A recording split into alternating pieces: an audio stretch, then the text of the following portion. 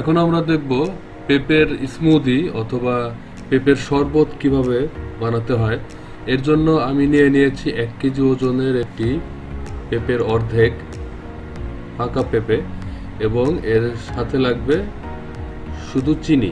আমি এখানে লাল চিনি ইউজ করেছি।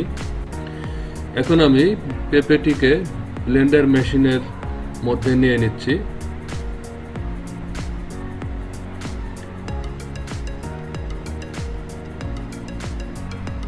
এবং এর সাথে দেব মোটামুটি 3 থেকে 4 চামচ চিনি দেব, কারণ আমার এই পেঁপেটা একটু কম মিষ্টি, একটু পানসে টাইপের। এর জন্য চিনির পরিমাণটা একটু বেশি লাগবে। আপনারা যারা চিনি খান, বেশি মিষ্টি খান, তারা চিনি বাড়িয়ে নিতে পারেন অথবা কম নিতে পারেন।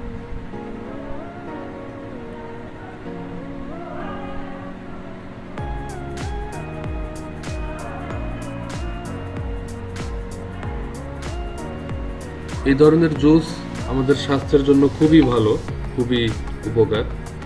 এর সাথে আমি নিয়ে নিচ্ছি মোটামুটি 250 ml এর মতো পানি। এটা কিন্তু এতটা ঘন হবে না, আমি একটু পাতলা করে নেব।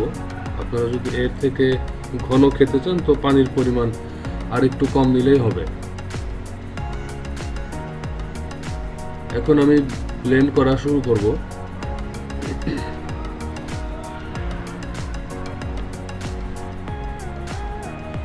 মোটামুটি এটাকে 3 থেকে 4 বার ব্লেন্ড করলেই হয়ে যাবে, খাওয়ার উপযোগী হয়ে যাবে।